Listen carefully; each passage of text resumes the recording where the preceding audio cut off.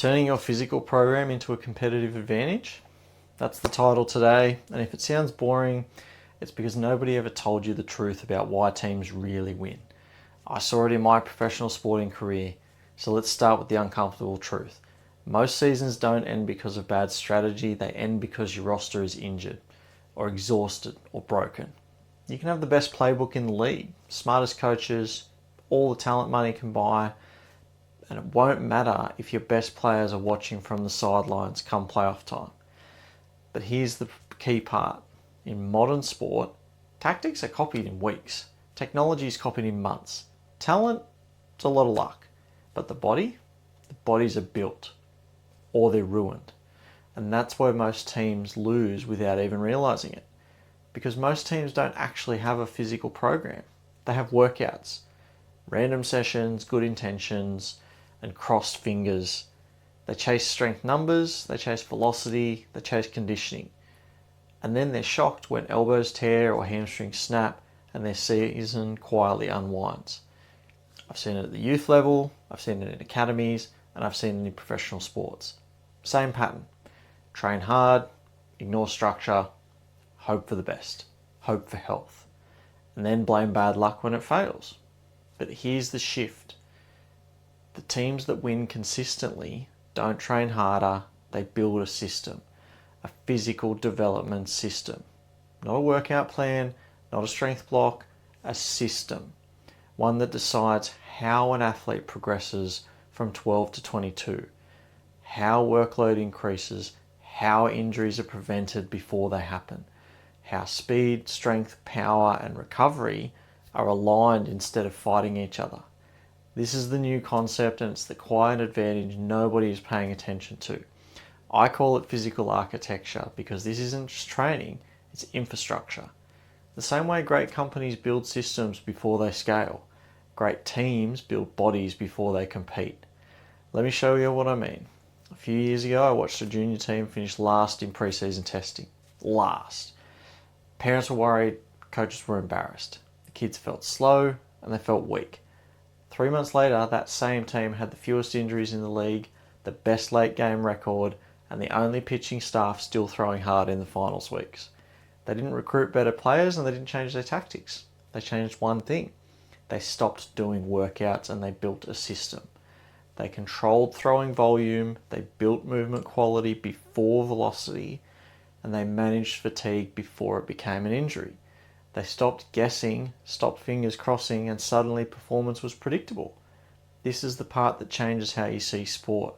Injuries are not bad luck, they're workload errors. Fatigue is not weakness, it's poor planning. And late game collapse is not mental, it's physical debt. When you build a system that manages exposure before tissues break, everything shifts. Athletes are available, and availability wins championships. Healthy athletes train more, and healthy athletes get better. That's not philosophy, that's maths. Here's what elite programs understand. Strength is not performance, and speed is not performance, and conditioning is not performance. Performance is coordinated force expressed at speed under fatigue without injury. And that only comes from alignment, from progressive stages, from workout rules, from return to play pathways, from standards that tell you when to push and when to stop. Most teams do the opposite. Chase velocity first, chase numbers first, chase highlights first. And they build fragile athletes that peak early and then disappear. The best systems invert the pyramid. They build foundations first, movement, joint health, tissue capacity, then speed, then power, then performance. And you know what strange thing happens? Injuries go down, late game performance rises, athletes develop faster overall, even though they started slower. And the culture changes. The gym stops being a punishment and starts becoming an identity. Yeah, we're the healthiest team. We finish strong, we don't break, we're tough. That's not branding, it's evidence. And here's the business side nobody talks about. Parents don't buy training, they buy the outcome. Fewer injuries, faster development, better opportunities. Sound good? When your system produces those outcomes reliably, price stops mattering. Recruiting is easier, retention gets easier, your program becomes the pipeline.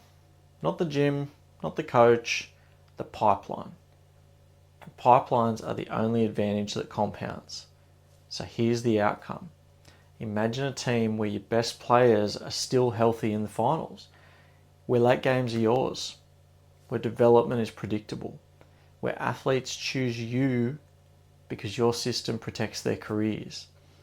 It's not a fantasy, it's architecture. And the scary part? Almost nobody is building it, which means the advantage is still wide open. If you're a coach, a director, a performance lead, this might be the most important thing you hear this year.